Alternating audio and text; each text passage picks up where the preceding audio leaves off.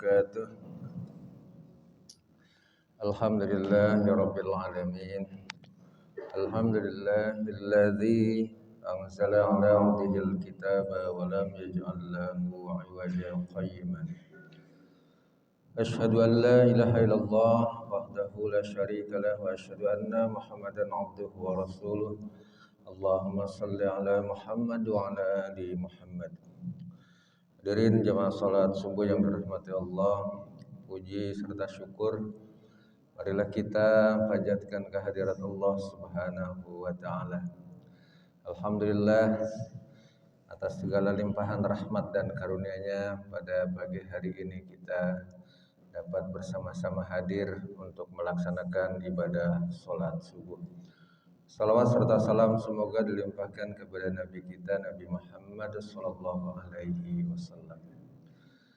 Hadirin dirahmati Allah, pagi hari ini kita sudah masuk ya ke tanggal 7 kalau tidak saya, 7 Zulhijjah. Mudah-mudahan kita semuanya nanti insyaallah tanggal 9 bisa bersama-sama berpuasa Arafah ya, jatuhnya pada hari Selasa ya insyaallah. Dan ada jamaah kita yang sedang melaksanakan ibadah haji yang biasa ikut kajian pagi, yaitu kakaknya Bapak Ozi ya. Mudah-mudahan kita doakan ya jamaah kita, kakaknya Bapak Ozi, oleh Allah Subhanahu wa taala diberikan kesehatan, kelancaran dalam melaksanakan ibadah haji, dan mudah-mudahan diberikan haji yang mabrur, dan mudah-mudahan bisa kembali hadir ya bersama kita kembali ke Indonesia dengan selamat. Amin ya rabbal alamin. Hadirin yang dirahmati Allah, pada pagi hari ini saya melanjutkan kajian dari kitab Mukhtarul Ahadits. Bismillahirrahmanirrahim. Idza shalla ahadukum falyusalli salata muwaddi'in. Kata Nabi, apabila seorang dari kamu mengerjakan salat, kata Nabi, hendaklah ia kerjakan salat bagaikan orang yang berpamitan. Jadi ketika kita mengerjakan salat, kata Nabi, fal yusalli salatan muwaddi'. Jadi kata Nabi, kalau kita mengerjakan salat, salatlah seperti orang yang berpamitan, seolah-olah itu adalah salat yang terakhir ya. Digambarkan kata Nabi, salata man la yadhunnu annahu yarji'u ilaiha abadan. Jadi seperti orang yang berpamitan itu salat orang yang tidak menyangka ya bahwa ia akan kembali ya kepadanya untuk selamanya. Jadi orang yang berpamitan seolah-olah nggak akan kembali lagi, seolah-olah tidak ada kesempatan lagi untuk ibadah, seolah-olah itu adalah sholat yang terakhir ya. Jadi kata Nabi, ketika kita sholat, seolah-olah hadirkan untuk kita adalah sholat yang itu adalah sholat yang terakhir, sholat untuk berpamitan. Jadi setiap sholat hadirkanlah pada diri kita seperti sholat yang akan berpamitan, sholat yang terakhir. Jadi orang yang tidak akan menyangka bahwa ini kita akan kembali lagi ke dunia. Berkenaan dengan hadis ini, ya hadis ini salah satunya adalah menggambarkan kepada kita pentingnya sholat itu harus khusyuk, sehingga kita menghadirkan seolah-olah sholat yang terakhir. Kata Imam Ghazali, sholat khusyuk itu salah satu indikatornya, salah satu cirinya ya, bahwa seseorang yang bisa sholat khusyuk itu huzurul qalb. Orang ketika sholat itu hatinya hadir, jauhkan dari urusan dunia. Ada kalanya terkadang kita sholat karena di perjalanan buru-buru. Ada kalanya di rumah kita sholat ya karena sholatnya sendirian, tidak berjamaah, kadang-kadang terburu-buru. Ingat pekerjaan ya, ingat akan janji, ingat akan bepergian dan sebagainya. Kata Imam Ghazali, ciri orang yang khusyuk adalah hudurul qalbi, menghadirkan hati, yang lupakan urusan dunia. Bahkan kata Nabi seolah-olah sholat yang terakhir, sholat untuk berpamitan. Jadi kalau sahabat Ali itu dalam sejarah, ya itu sering dicontohkan adalah salah satu sahabat Nabi yang sholatnya khusyuk. Jadi Ali bin Abi Thalib dalam sejarah itu pernah terkena anak panah, ya ketika perang Siffin. Perang Siffin itu kaki Ali bin Abi Thalib itu pernah ya terkena anak panah. Jadi kakinya kena panah ketika terjadi perang Siffin. Ketika terkena anak panah itu, panah mau dicabut, Ali merasa kesakitan karena kalau panah itu biasanya ujungnya itu ya ada lengkungan, ya bagian lengkungan. Jadi kalau ditarik justru dagingnya ikut tertarik. Maka sahabat berpendapat ini cara mencabutnya anak panahnya bukan ditarik tapi justru ditekan sampai habis, dipatahin ujungnya baru bisa ditarik. Kenapa? Dengan begitu anak panahnya kalau ditarik itu nggak nyangkut, ya. Bukan anak panah yang untuk lomba. Kalau untuk lomba ujungnya hanya lancip saja. Tapi kalau anak panah ya yang biasanya digunakan untuk berperang itu berbeda. Ketika nancap ditarik, dagingnya ketarik. Tetapi setelah diusahakan ditarik, Ali bin Abi Thalib itu kesakitan.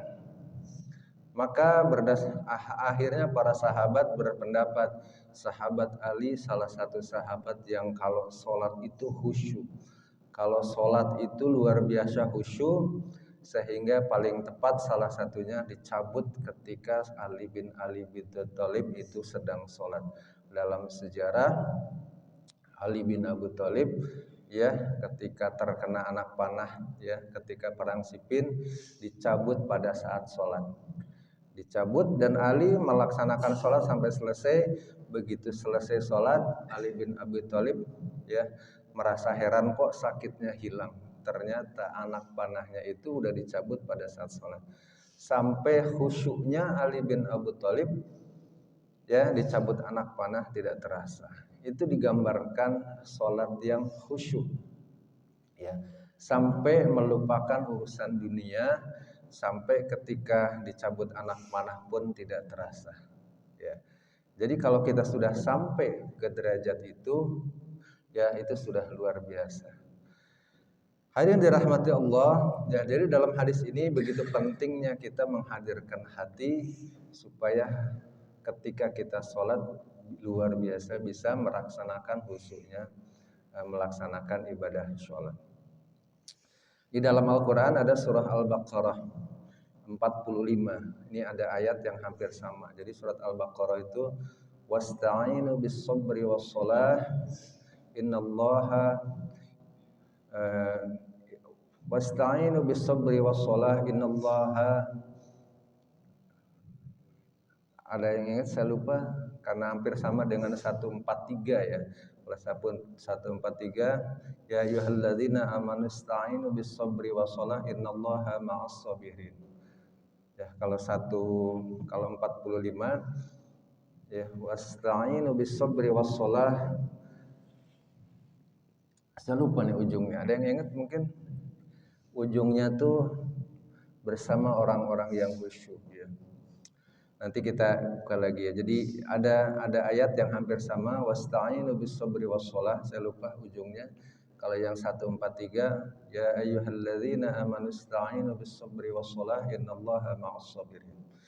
Di situ digambarkan dalam Al-Qur'an ya memohon ampun, memohon pertolonganlah kepada Allah dengan sabar dan salat, dan Allah bersama orang-orang yang sabar, dan Allah ya bersama orang-orang yang khusyuk. Begitu juga dalam surah Al-Mu'minun. Qad aflahal mu'minun alladzina hum fi salatihim khasyu'un. Sungguh beruntunglah orang-orang mukmin, yaitu orang yang khusyuk ya di dalam melaksanakan salatnya, orang-orang yang khusyuk di dalam salatnya.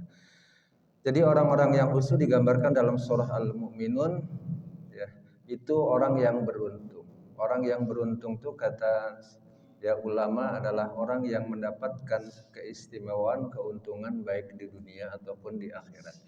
Orang yang beruntung di sini adalah orang yang mendapatkan keutamaan baik di dunia ataupun keutamaan di akhirat. Begitu pentingnya orang yang melaksanakan ibadah dan ibadahnya adalah khusyuk, sehingga ketika orang yang khusyuk itu digambarkan dalam surah Al-Mu'minun, itu digambarkan adalah orang-orang yang mendapatkan keberuntungan, orang-orang yang mendapatkan keutamaan dari Allah Subhanahu wa taala. Hadirin dirahmati Allah, kesimpulan hadis pada pagi hari ini, ya, Nabi Shallallahu alaihi wasallam menggambarkan kepada kita, menyampaikan kepada kita ketika kita melaksanakan sholat, maka kata Nabi, fal yusalli sholata muwaddih, maka sholatlah, maka hendaklah sholat seperti bagaikan orang yang sholatnya berpamitan, seolah-olah orang yang sholatnya adalah sholat yang terakhir. Kenapa demikian? Ya, bagaimana caranya? Yaitu orang yang sholatnya, ya, sholata man la yadhunnu annahu yarji'u ilaiha abadan, orang yang tidak menyangka bahwa ia akan kembali kepadanya untuk selama-lamanya. Jadi rasakanlah, hadirkanlah hati bahwa itu adalah sholat yang terakhir. Ya, rasakanlah bahwa seolah-olah kita ini berpamitan tidak akan kembali lagi, sehingga kita akan merasakan khusyuknya, ya, merasakan khusyuk ketika di dalam sholat, ya. Salah satunya adalah ketika orang yang menghadirkan hati, sholatnya tentu tidak terburu-buru, ya, bacaannya dibaca, ya, difahami artinya, dihayati gerakan-gerakannya, ya. Salah satunya makanya ada namanya tumak ninah. Tumak ninah itu ada jeda, ya, antara satu gerakan dengan gerakan yang lain. Tumakninah itu salah satunya adalah membacanya itu, ya, dengan bacaan yang dihayati. Setelah selesai satu gerakan, satu bacaan, ada jeda, nggak langsung takbir dengan takbir yang berikutnya. Itu tumakninah, ya. Dan berikutnya kata Imam Ghazali, menghadirkan hati adalah dengan khusyuk, juga adalah dengan ketika kata Imam Ghazali dengan al-haya, dengan merasakan, mengingat malu atas dosa-dosa yang dimilikinya, malu terhadap dosa-dosa yang telah diperbuatnya. Sehingga karena perasaan malu itulah, ya, salah satunya bisa menghadirkan hati supaya kita bisa merasakan khusyuk di dalam sholat. Ayo dirahmati Allah, demikian yang dapat saya sampaikan. Mudah-mudahan ada manfaatnya. Mudah-mudahan ibadah sholat kita selalu kita tingkatkan, ibadah kita ditingkatkan pada tingkatan yang lebih khusyuk. Sholat kita dilaksanakan dengan menghadirkan hati kita ketika sholat. Mudah-mudahan ibadah sholat yang selanjutnya bisa lebih melaksanakan dengan khusyuk. Demikian, mudah-mudahan ada manfaatnya. Kita akhiri dengan membaca hamdalah dan doa kafaratul majlis. Alhamdulillahirabbil alamin. Subhanakallahumma wa bihamdika asyhadu an la ilaha illa anta astaghfiruka wa atubu ilaik. Assalamualaikum warahmatullahi wabarakatuh.